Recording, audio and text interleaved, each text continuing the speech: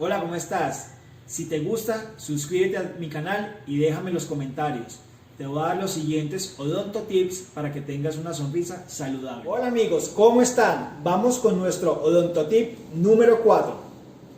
Para reducir el dolor muscular y reducir el bruxismo, es bueno aplicar paños de agua tibia tipo termoterapia en tus mejillas durante 20 minutos todas las noches haciendo presión.